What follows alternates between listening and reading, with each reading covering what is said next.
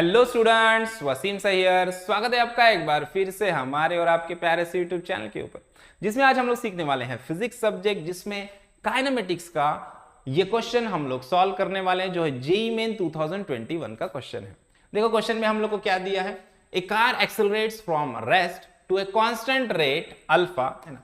एक कार है जो एक्सेलरेट हो रहा है फ्रॉम रेस्ट एक कांस्टेंट रेट के एक्सेलरेशन से, जो कि अल्फा है, for some time after which it deaccelerate at constant rate beta to come to rest.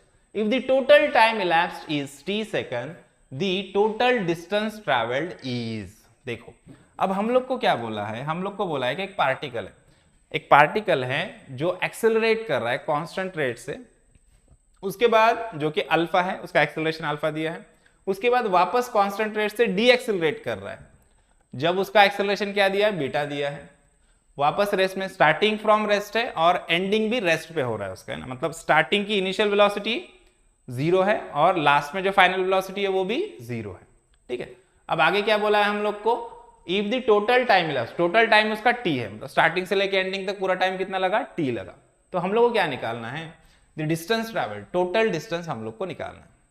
तो सिंपल हम लोग क्या करेंगे, डिस्टेंस इज इक्वल टू क्या होता है, अगर हम लोग वेलोसिटी टाइम ग्राफ बना दे इसका, तो जो एरिया अंडर द कर्व है वो क्या रहेगा, हमारा डिस्टेंस रहेगा।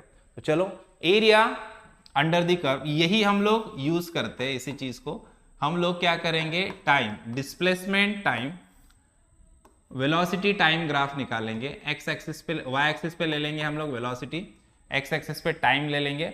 स्टार्ट देखो हमारा car accelerates from rest, car कहां से स्टार्ट हो रही है, रेस्ट से, मतलब यहां पे इसका इनिशियल वेलोसिटी क्या रहेगा, इसका स्टार्टिंग का वेलोसिटी रहेगा 0, है ना। Starting from rest initial velocity 0 है, फिर यूनिफॉर्म एक्सेलरेशन से उसका वेलोसिटी बढ़ता जा रहा है। देखो यहां से इसका यूनिफॉर्म वेलोसिटी से वेलोसिटी बढ़ता जा रहा है यूनिफॉर्मली एक्सेलरेशन से, एक्सेलरेशन कितना, अल्फा एक्सेलरेशन से वेलोसिटी बढ़ा। उसके बाद यूनिफॉर्मली वापस वेलोसिटी डी एक्सेलरेट हो रहा है, मतलब यहां से यूनिफॉर्मली वो डी एक्सेलरेट हुआ, यहां पे इसका एक्सेलरेशन था बीटा, ठीक है। और इसको जो टोटल टाइम लगा है यहां से स्टार्ट टू एंड करने में, जो टोटल टाइम लगा है, ये टोटल टाइम हम लोग को दिया है t है ना। अब मान लेते हैं कि इसका जो फाइनल वेलोसिटी है, ये यहां पे जो फाइनल वेलोसिटी इसने अटेन किया है उसको v0 मान लेते हैं हम, ठीक है।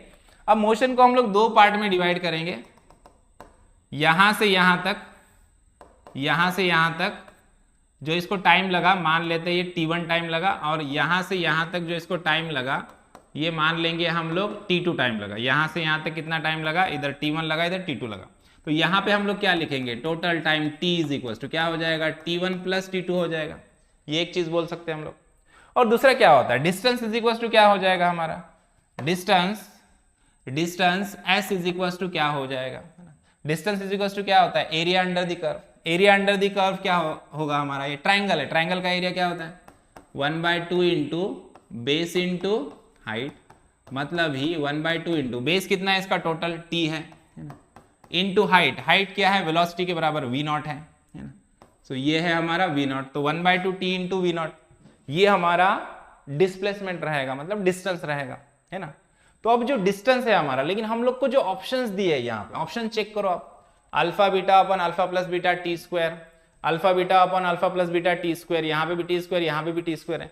चारों ऑप्शन में हमारे टी तो है, लेकिन v0 किधर है, क्या v0 किधर भी नहीं है, v0 की जगह पे क्या है, अल्फा और बीटा है ना। तो हम लोग को क्या करना है, इस v0 को रिप्लेस करना है अल्फा बीटा से, है ना। तो उसके लिए हम लोग क्या करेंगे, उसके लिए हम लोग इसी का यूज करेंगे। सब में पहले हम लोग हाफ मोशन कंसिडर करेंगे, है ना। पहला मोशन कंसिडर करेंगे जब पार्टिकल ने स्टार्टिंग फ्रॉम रेस्ट किया और पहुंचा एक फाइनल वेलोसिटी पे, है ना। पार्टिकल ने स्टार्ट किया रेस्ट से, पहला मोशन हमारा, तो स्टार्ट किया रेस्ट से तो इनिशियल वेलोसिटी थी 0, उसके बाद उसने फाइनल वेलोसिटी अटेन किया v0, है ना। इसका फाइनल वेलोसिटी जो हो गया v इज इक्वल टू क्या हो गया, v0 हो गया, है ना। और इसमें उसको टाइम कितना लगा, टाइम लगा t1 और एक्सेलरेशन था अल्फा, है ना। एक्सेलरेशन जो इसका था a वो था अल्फा, और इसको जो टाइम लगा है वो कितना लगा है, t1 इतना लगा है। तो इक्वेशन ऑफ मोशन का यूज करेंगे, v इज इक्वल टू क्या होता है, u प्लस at। तो यहाँ पे फाइनल वेलोसिटी हमारा क्या है, v v0 है, और u क्या है, u इज 0, ए क्या है, ए विल बी अल्फा और टी क्या है हमारा, T1 है। यहां से हम लोग T1 का वैल्यू निकाल लेंगे। देखो T1 इज इक्वल टू क्या हो जाएगा, ये तो 0 है छोड़ दो, अल्फा इधर मल्टीप्लीकेशन में इधर गया तो डिवीजन में V नॉट बाय अल्फा हो जाएगा। इसको इक्वेशन नंबर 1 नाम दे दो। अब सिमिलरली मोशन हम लोग कंसिडर करेंगे यहां से यहां तक का, डी एक्सेलरेटेड मोशन कंसिडर करेंगे। जहां पे यहां पे देखो अभी यहां पे इसका इनिशियल वेलोसिटी क्या है, इनिशियल वेलोसिटी इसका है V नॉट है ना, और फाइनल वेलोसिटी इसका क्या हो गया, 0 हो गया। फाइनली वो रेस्ट में आ गया, मतलब फाइनल वेलोसिटी 0 हो गया। तो अभी सेकंड मोशन के लिए हम लोग क्या कंसीडर करेंगे, u इज इक्वल टू क्या होगा, v नॉट, और v इज इक्वल टू क्या होगा, 0।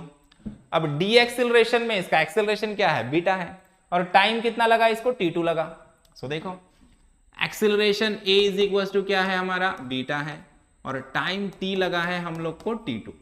सेम इक्वेशन हम लोग यूज करेंगे, v is equal to u plus a T.